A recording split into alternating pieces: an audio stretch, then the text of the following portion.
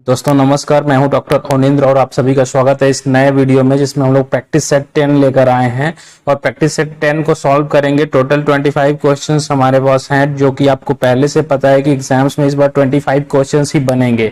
Okay, तो communication skill 2 में ये जो प्रैक्टिस सेट है, मैं आपको बता दूं फॉर योर काइंड इन्फॉर्मेशन, केवल उन्हीं प्रश्नों को सेलेक्ट किया गया जो आपके सिलेबस में है और बिल्कुल हूबहू ऐसे ही क्वेश्चंस आने वाले हैं। सारे के सारे क्वेश्चन इंपॉर्टेंट हैं। वीडियो अंत तक देखा करिए, दोस्तों को जरूर शेयर करिए। ठीक है, देखते हैं क्वेश्चन नंबर 1। देखिए, प्रशांत इज गुड खाली स्थान मैथमेटिक्स, ये प्रेपोजिशन का क्वेश्चन है। आपको इसमें प्रेपोजिशन यूज करना है। जैसे कि यहाँ पर जब गुड आता है तो गुड के साथ आपको एट लगाना है। He is Prashant is good at mathematics. हालांकि वो गणित में अच्छा है, आप मे के चक्कर में जाकर के इन लगा सकते हैं, लेकिन गुड के साथ हमेशा एट लगाना है, ध्यान दीजिएगा। क्वेश्चन 2 देखते हैं। सी अराइव्ड खाली स्थान द स्टेशन और 11 AM। देखिए, मैं आपको बता दूं, जब समय का जिक्र होता है ना, तो समय के लिए मैं कई बार बता चुका हूं कि ऑन नहीं लगा करके एट लगाना है यहाँ पर।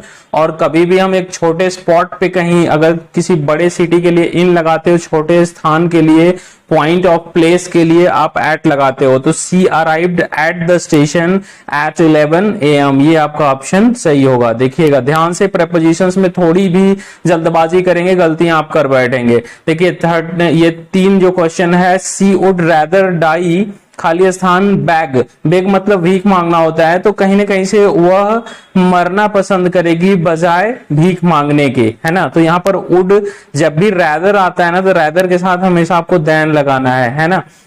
सी would rather die than beg. Okay, अगला क्वेश्चन देखिएगा, जो 4 है। दो यू आर, इसका दो का मतलब यद्यपि होता है, यद्यपि, है ना। दो यू आर पुअर, आप गरीब हो, फिर भी मतलब यहाँ पर येट इस्तेमाल करोगे। यू आर ऑनेस्ट, आप मतलब ईमानदार हो। तो दो के साथ एट जो है जुड़ा रहता है। पेयर में ये सब वर्ड्स यूज होते हैं कंजंक्शंस में, ध्यान दीजिएगा।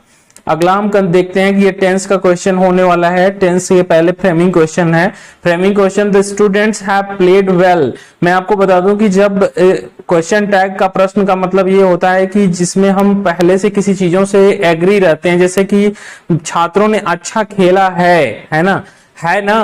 तो अब कहीं ना कहीं से है ना का जो अंत में सेंस आता है उसी को क्वेश्चन टैग बोलते हैं। तो the students have played well. अब ये चेक करेंगे किस टेंस में पहला ये जो वाक्य है, तो उसी के अकॉर्डिंग क्वेश्चन टैग लाना होता है, उसी हेल्पिंग वर्ब के साथ, और उसी मतलब इस सब्जेक्ट को हम यहाँ पर क्या करते हैं, यहाँ पर सेकेंड पार्ट में लेके आते हैं। तो देखिए, the students have played well, यहाँ पे हमें क्या करना है, हैवंट दे, ये इस्तेमाल करना है। हैवंट दे इसके लिए सही होगा, क्योंकि दी स्टूडेंट्स के लिए दे आप इस्तेमाल करेंगे, ये पॉजिटिव है तो दूसरा टैग निगेटिव हो जाएगा। नॉट हमेशा आएगा, हैव है ही तो हैव का यहाँ पे नॉट हो जाएगा।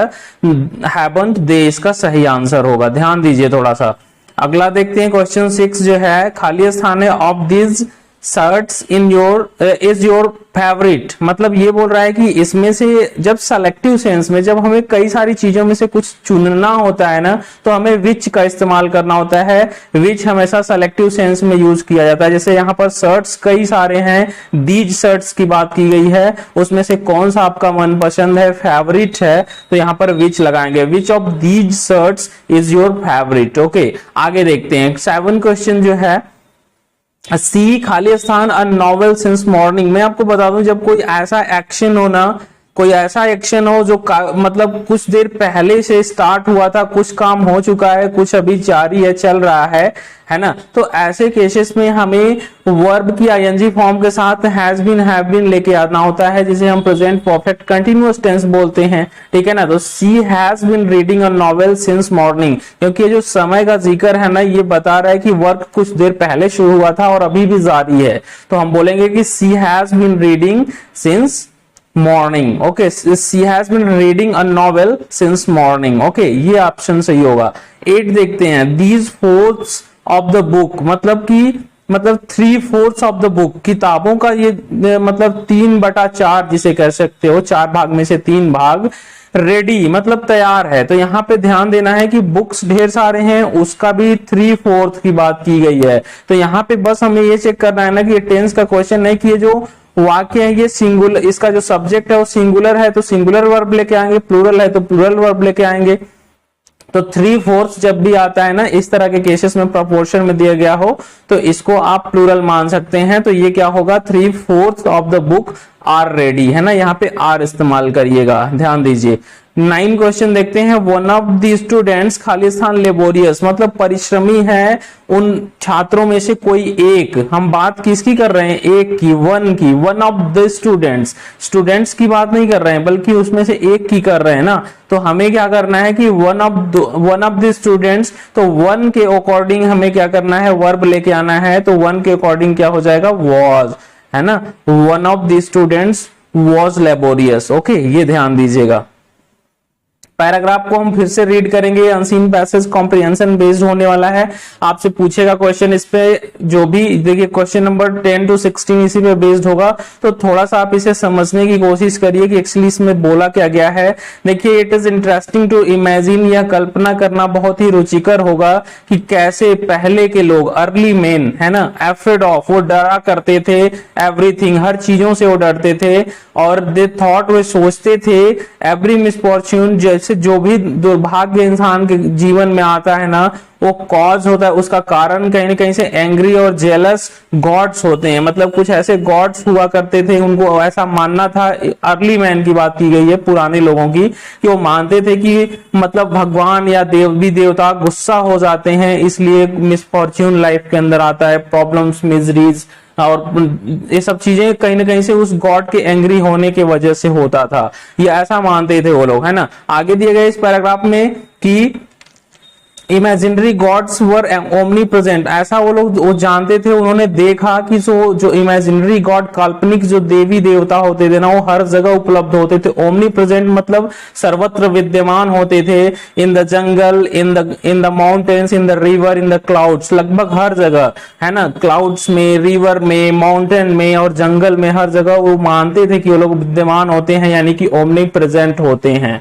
और जो भगवान का जो विचार था ना, the idea of God was not a kind, वो लोग सोचते थे ना कि भगवान कभी काइंड नहीं हो सकता और न ही एक गुड पर्सन हो सकता है। वो लोग सोचते थे कि वो हमेशा एक इरिटेबल पर्सन होता है, जो चिढ़ता है, मतलब हमें परेशान करने की कोशिश में रहता है, ऐसी उनकी सोच थी। वो हमेशा सोचते थे कि वो गुस्सा हो जाते हमेशा, और दे वर अफ्रेड, वो हमेशा डरते थे कि गॉड गुस्सा हो जाएंगे तो हमारे साथ कुछ गलत हो जाएगा, है ना। वे हमेशा चाहते थे ना कि भगवान को ब्राइब करें, मतलब ब्राइब का मतलब रिश्वत देना, घूस देना, है ना, या कुछ ऐसी एक्टिविटी करना कि वो खुश हो जाएं। तो वो लोग हमेशा भगवान को खुश करने की कोशिश किया करते थे, गॉड्स को, है ना, गॉड्स को खुश करने की कोशिश करते थे। उसके लिए वो किसी हद तक जाने को तैयार थे। चीफली वो लोग फूड उनको ऑफर करते थे।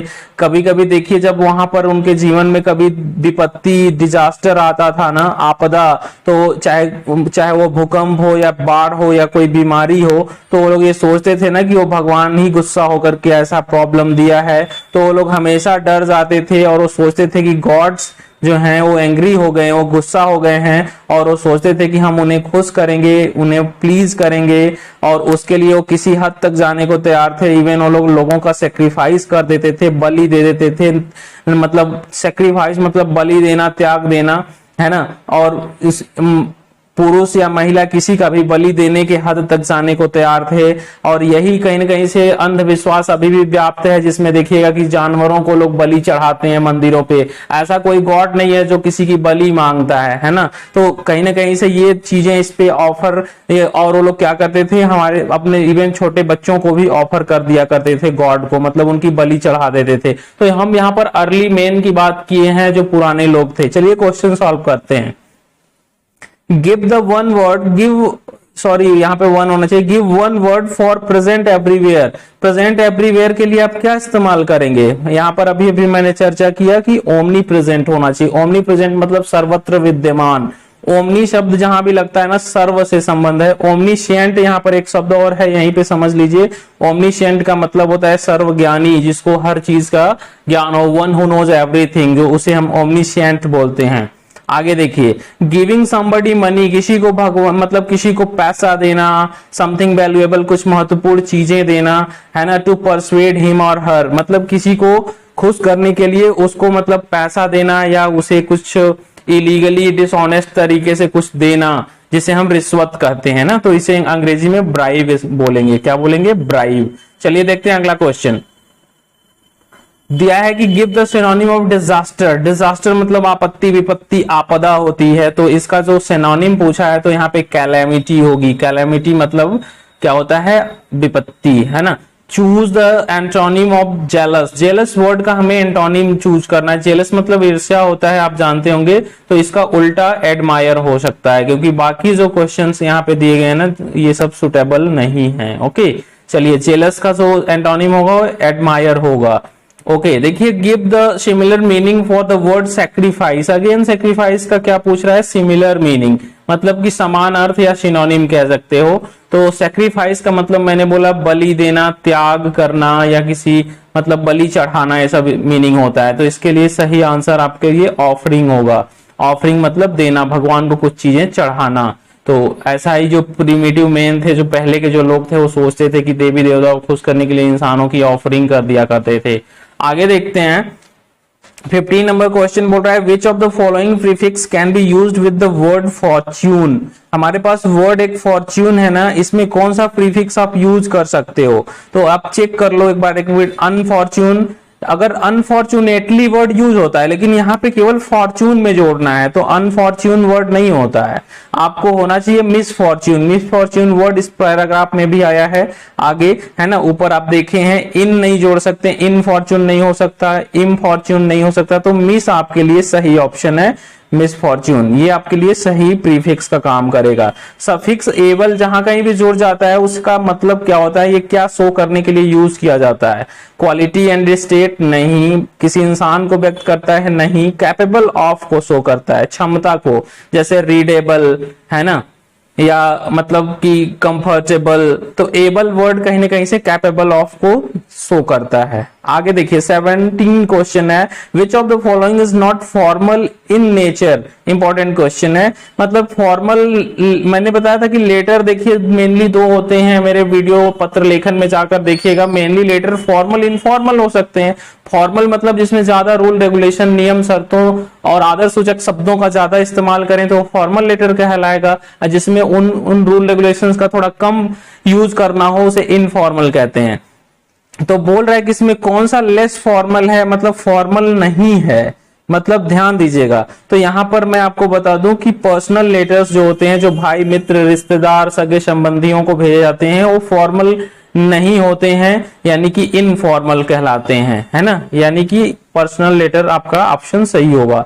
18 देखिए a business letter should be, business letter होना चाहिए, मतलब यहां पर देखिए फुल ऑफ हॉर्स लैंग्वेज नहीं भाई, लेटर कभी भी क्या भद्दे लैंग्वेज के साथ लिखोगे? नहीं। लॉन्ग, बहुत लंबा भी नहीं होना चाहिए, टू द पॉइंट, शॉर्ट और कंसाइज होना चाहिए। इनकम्प्लीट, ये भी नहीं आंसर सही है। शुड भी पूछा है ना, कैसा होना चाहिए, तो शुड बी क्लियर ज्यादा सही है, मतलब ये क्लियर होना चाहिए। बिजनेस लेटर हमेशा स्पष्ट लिखना होना चाहिए, है ना, ये ध्यान दीजिएगा। 19 क्वेश्चन है what should be written in a memo before the main body. Main body में जो मेमो लिखते समय जो हम मेन बॉडी इस्तेमाल करते हैं, जो मुख्य भाग होता है, उसमें क्या क्या चीजें लिखनी चाहिए? तो मेन बॉडी के पहले देखिए, थोड़ा सा क्वेश्चन को एक बार और ध्यान दीजिएगा कि मतलब before the main body, main body के शुरुआत के पहले क्या क्या लिख दिया जाना चाहिए? तो यहाँ पे दिया है date, to, from, all of the above, यानी कि इसका answer all of the above होगा। ये तीनों चीजें होती हैं। आप एक बार जाइए, मेमो राइटिंग का मैंने फॉर्मेट आपको वीडियो में समझाया है और दिखाया भी है, उसको पूरा वीडियो देखिएगा। अंत में फॉर्मेट मैंने दिखाया है कि कैसे डेट, टू, फ्रॉम लिखने के बाद मेन बॉडी शुरू होती है ना, जरूर ध्यान दीजिएगा। 20 क्वेश्चन देखिए डियर स्टूडेंट्स, ये सारे क्वेश्चंस इस बार श्योर एंड सर्टेन आएंगे, बस आप प्रैक्टिस सेट डेली बेसिस पे 10 से 15 मिनट टाइम निकाल करके आप इसे देख लिया करिए, वीडियो रिपीट भी कर लीजिए नहीं समझ में आ रहा है तो।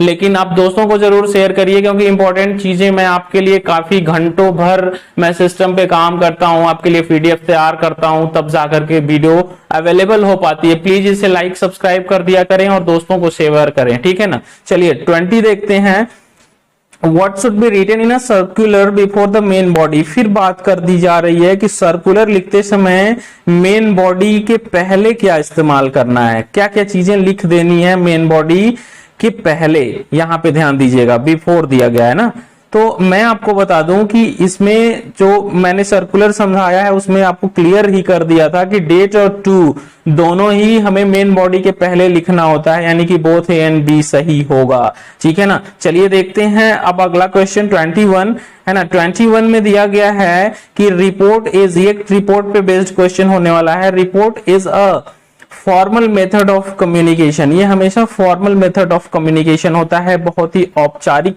तरीका या विधि होता है संचार करने का। बिल्कुल सही है, यही ऑप्शन आपके लिए सही होगा। चलिए 22 देखते हैं। थोड़ा सा आप लोग बहुत ही ध्यान से देखा करिए, क्योंकि यहाँ पर जब नॉट पूछ देता है ना तो आप लोग जल्दबाजी में गलत आंसर टिक कर देते हैं, क्लिक कर देंगे। नॉट और ये सारी चीजों का कॉन्सेप्ट समझा करिए, कहाँ नॉट दिया है, कहाँ क्या पूछा है। थोड़ी सी जल्दबाजी करेंगे दिक्कत हो जाएगी। समय बहुत रहेगा, आपको एक क्वेश्चन को 3 मिनट में भी सॉल्व कर सकते हैं ना। 22 देखिए 22 में दिया गया है कि ऐसा क्वेश्चन है ना, जैसे which of the following is not a part of report. Report का मतलब कौन सा हिस्सा नहीं होता है। तो फिर से देखिए यहाँ पर इंफॉर्मेशन तो इसका हिस्सा होता है, ये आप जानते हैं। फैक्ट्स भी होते हैं बिल्कुल। एज ऑफ द राइटर आपको नहीं सही देखे होंगे आप, कहीं कहीं एज ऑफ द राइटर थोड़े लिखा जाता है। ये मैरिटल बायोडाटा थोड़े है कि आपको उसमें एज दिखाया जाएगा। रिपोर्ट्स में किसी व्यक्ति का जो लिखता है रिपोर्ट वो अपनी एज नहीं लिखता है, देखिएगा ऐसे ही बकाया जाता है। आंसर आप सही लिखा करिए, है ना। 23 देखते हैं कि अ पर्पसफुल एंड फोकस्ड ग्रुप, यहाँ पे थोड़ा सा ध्यान से केयरफुली चीजों को पढ़ा करिए कि एक पर्पसफुल और एक फोकस्ड ग्रुप मतलब ऐसा लोगों का समूह ना जो मतलब केंद्रित हो और चीजों को सिटिंग टू डिस्कस, और बैठे हुए होते हैं टू डिस्कस मतलब बातचीत करने के लिए। अ टॉपिक किस पे, एक टॉपिक पे, इज नोन एज मतलब लोगों का ऐसा समूह जो एक जगह बैठे होते हैं और किसी एक पर्टिकुलर टॉपिक पे बात करने के लिए वो बैठते हैं या वो चीजें ऑर्गेनाइज करते हैं, तो उसे क्या कहते हैं। तो उस ग्रुप ऑफ पीपल को ही तो, या उस पूरे होल एक्टिविटी को ही तो मीटिंग कहते हैं। तो यहां पे ध्यान दीजिएगा मीटिंग होगा। ओके, आप ध्यान दीजिएगा कि मीटिंग का मतलब is generally a group of people, they usually sit at a place to discuss a topic. Okay, तो उसी को हम मीटिंग कहते हैं। चलिए 24 देखते हैं। 24 एनी रिटन कम्युनिकेशन, कोई भी ऐसा लिखित संचार है ना, एक्सचेंज जो लेन देन किया जाता है, भेजा प्राप्त किया जाता है बाई 2 और मोर पार्टीज, जो 2 या 2 से अधिक पार्टियां आपस में भेजती प्राप्त करती हैं लिखित कोई संचार through post office and digital means, आजकल डिजिटल मीन्स में भी प्रयोग हो रहा है। तो किसी भी लिखित विवरण को भेजना प्राप्त करना क्या कहलाएगा, मतलब 2 पार्टीज के बीच में, वो भी पोस्ट की मदद से, पोस्ट ऑफिस डाकघर की मदद से और डिजिटल मीन्स की मदद से। तो यहाँ पे ध्यान दीजिए मेमो नहीं हो सकता। आपको पता है with in organization memo use होता है, ऑफिस ऑर्डर ऑर्गेनाइजेशन के अंदर ही यूज होता है। बोथ ए एंड बी ये भी नहीं होगा, यानी कि इसी को कहते हैं कॉरेस्पॉन्डेंस, पत्राचार, है ना। कॉरेस्पॉन्डेंस थोड़ा बड़ा शब्द है, आप डरिए मत, लेटर राइटिंग को ही कॉरेस्पॉन्डेंस बोला जाता है। कई बच्चे हमको कमेंट करके बताए कि सर कॉरेस्पॉन्डेंस समझ नहीं आता। ये बिल्कुल इजी है, लेटर राइटिंग है, उसी से बेस्ड थोड़े क्वेश्चंस पूछे जाएंगे। और देखिए कोई एक टॉपिक आपको नहीं समझ आता है ना तो कमेंट करके बताइए, मैं आपके साथ हूं। 25 क्वेश्चन देखते हैं। फाइंड द करेक्ट स्टेटमेंट, बहुत ही केयरफुली क्वेश्चंस को देखा करिए। करेक्ट पूछ रहा है, यानी कि इसमें से 3 क्वेश्चन गलत होंगे, मतलब पक्का इसमें से 3 वाक्य गलत होंगे, कोई एक सही होगा। तो हम ढूंढते हैं वो कौन सा सही है ना। आप देखते हैं कि अगला क्वेश्चन दिया, इसमें दिया गया है reports can not be written in letter format, यानी कि ये भी गलत है। कभी भी हम रिपोर्ट्स लेटर फॉर्मेट में लिख सकते हैं, पिछले वीडियो में मैंने बताया। तो यहाँ पे कैन नॉट लगा दिया, यानी कि वाक्य गलत है। हम ढूंढ के आ रहे हैं करेक्ट, है ना, करेक्ट ढूंढ रहे हैं। दूसरे पे ट्राई करते हैं। Correspondence is an act of writing letter, पत्र लिखने को ही, पत्र लिखने की जो गतिविधि या क्रिया होती है उसी को हम कॉरेस्पॉन्डेंस कहते हैं। ये तो वाक्य सही है बिल्कुल। चलिए अब एक बार और देखते हैं, इन दोनों में भी कोई एरर तो नहीं है। देखते हैं कि meeting minutes is written before the meeting, देखिए ये भी क्वेश्चन गलत है। मैं कई बार बोला था कि अगर मीटिंग होती है तो उसके पहले एजेंडा लिखा जाता है और बाद में मिनट्स लिखा जाता है, तो यहाँ पे पलट दिया है, यानी कि ये भी वाक्य गलत है। मीटिंग मिनट्स हमेशा मीटिंग के पहले कहाँ लिखा जाता है, तो बाद लिखा जाता है ना। अगला देखिए agenda is written after the meeting, agenda meeting over होने के बाद लिखा जाता है? नहीं, बिल्कुल मैंने यहां पर अभी क्लियर किया कि एजेंडा मीटिंग के पहले लिखा जाता है। यानी कि ये 3 ऑप्शंस आपके गलत हैं। एक बार फिर से देख लीजिए, ये 3 ऑप्शंस इसके गलत हैं। यानी कि सही कौन सा है, करेक्ट कौन सा है? तो करेक्ट हमारा दूसरा है ऑप्शन बी, यानी कि ऑप्शन बी आपका सही होगा। क्वेश्चंस को बहुत ही केयरफुली पढ़िएगा, नहीं तो जल्दबाजी में कर जाओगे गलतियां, आप प्रश्न का आंसर जानते हुए भी गलती कर बैठोगे, ऐसा ना करना। और देखिए मैं आपके साथ हूं गोल्ड क्लासेस में ट्रस्ट बनाए रखने के लिए आपको बहुत बहुत धन्यवाद। और वीडियो दोस्तों को शेयर जरूर किया करिए, क्योंकि मेहनत आपके लिए की जाती है कम्युनिकेशन स्किल 2 के आप छात्र हैं। Please share it with your friends, with persons you are in touch with, सारी चीजों को शेयर करिए। Thank you so much for watching and thank you so much for joining me online.